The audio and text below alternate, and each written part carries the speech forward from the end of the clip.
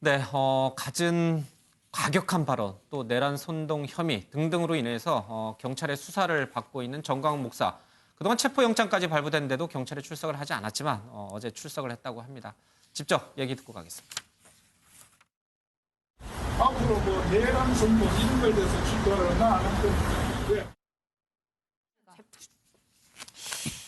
예, 제가 체포영장이 발부됐다는데 우리 김근희 기자가 발부 안 됐다라고 얘기했네요. 네, 체포영장 검토한다는 거였어요. 예, 검토 단계다. 알겠습니다. 자, 경찰에 출석을 했다고요, 오늘? 예, 그렇습니다. 이제 그 정광훈 목사 같은 경우에는 경찰이 4번 출석 요청을 했는데 4번 다 거부를 했죠. 그러다가 이제 오늘 오전에 종로경찰서에 출석을 했는데 이 전 목사에 대해서 이제 출국 금지 조치가 내려졌고 또 곧 체포영장이 발부될 수도 있다. 이런 소식이 이제 들려오니까 자진해서 좀 출석한 걸로 보여요. 이게 이제 지난 10월 3일 집회에서 일부 이제 폭력 행위가 있어서 집시법 위반 혐의에 대한 조사를 지금 받고 있는데 전 목사는 출석을 하면서 그동안은 조사받을 가치가 없다고 생각이 돼서 안 왔다 이렇게 밝혔고요.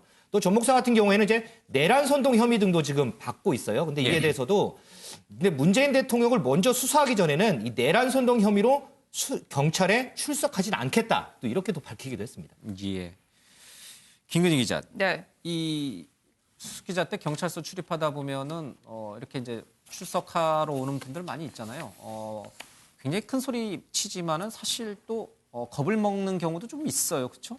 그렇죠. 실제로 이 조사를 받는다는 거가 사실은 받게 되면 심리적인 부담감이나 압박감이 굉장히 크다고 합니다. 또 이 진술을 하는 것이 다 기록으로 남아서 향후 본인의 재판에도 영향을 미칠 수 있고요. 그래서 아마 정광훈 목사 역시도 뭐 웃으면서 들어가기는 했지만 그래도 내심 압박감 같은 것은 느끼지 않았을까라고 추측은 가능할 것 같습니다.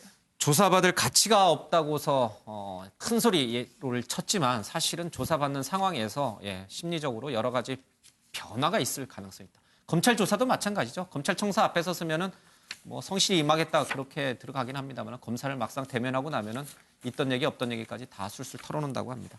알겠습니다. 내란 선동 문제는 계속 유지가 되는 건가요? 그렇습니다. 그에 대해서 지금 수사를 하고 있는데 어쨌든 그 정광훈 목사 같은 경우에는 문재인 대통령을 수사하기 전까지는 나는 그에 대해서는 뭐 지금까지처럼 경찰에 나는 출석해서 조사받지 않겠다 이런 입장을 계속 견지하고 있습니다. 민주주의 사회니까 대통령에 대해서도 사실은 우리 국민이 서슴없이 비판할 건 비판하고 뭐 과격한 발언만 피한다면요. 그런 행위는 뭐 충분히 용인될 수 있습니다만은 도를 넘는 발언에 대해서 계속 관용을 베풀 경우에는 제2, 제3의 그런 모방 범죄, 모방 발언들이 나올 수 있고 그렇게 썩 좋지는 않은 것 같아요. 일단 저는 정광훈 목사 그러면은 저분이 종교인인지 정치인인지 저도 헷갈릴 때가 있는데 본인이 목사라고 하니까 목사라고 부릅니다. 좀 종교인 본연의 모습을 보여줬으면 좋겠다 하는 생각이 들고요. 지금 이제 내란 선동 혐의 조사와 관련해서는 뭐 이번에는 이제 10월 3일 그 폭력 집회에 과연 이분이 그걸 조장을 했느냐, 관여가 됐느냐 이 부분에 대해서 수사에 응했다는 것이고 내란 선동 혐의에 대해서는 그 혐의로 부르면 뭐 출두하지 않겠다 이런 뜻인데 어떤 뭐 혐의든지 간에 자기가 혐의가 있으면 있는 대로 없으면 없는 대로 나가서 조사를 받으면 되는 것이죠. 알겠습니다. 유호정 기자가 몇 번 정광훈 목사를 찾으러 그 집회 현장 많이 갔는데 갈 때마다 자리에 없었어요. 그렇죠? 고심 끝에 오늘은 경찰의 모습을 드러냈습니다. 자, 해리스 주한 미국 대사에 대해서도 여러 가지 얘기들이 나옵니다. 이 문제도 사실은 좀 바람직해 보이지는 않는데 어떤 내용입니까?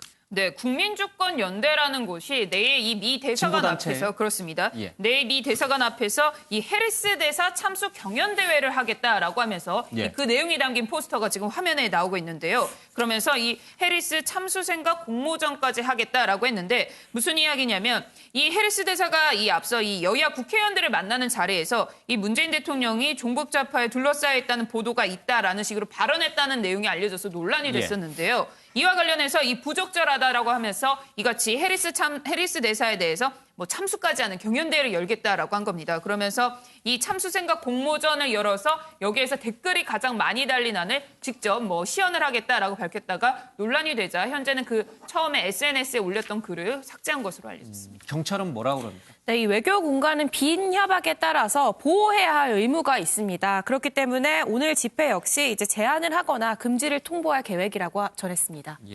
정광훈 목사도 그렇고요. 이 국민주권연대라고 하는 단체도 그렇고요. 너무 이 양극단에 서 있는 것 같아요.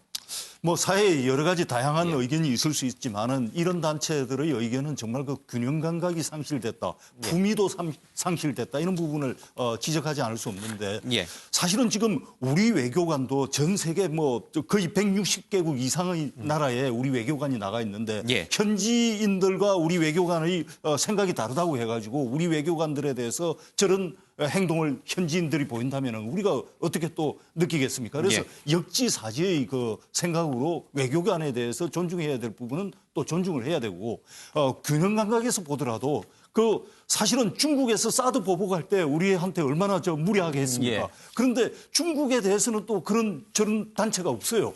그래서 중국과 미국, 뭐 러시아, 일본 우리를 둘러싸고 있는 다른 나라들에 대해서 좀 균형된 또 태도로 보는 자세 이런 것도 좀 필요하다고 봅니다. 참수 경연대회, 참수 생각 공모전 이런 좀 무시무시한 말들을 좀 쓰고 있습니다. 내정 간섭을 한다. 근데 사실 우리나라가 이제는 구한말과 달리 미국의 내정 간섭을 받을 만큼 그렇게 약한 나라가 아닙니다. 이런 부분도 좀 잘 생각해 보시기 바랍니다.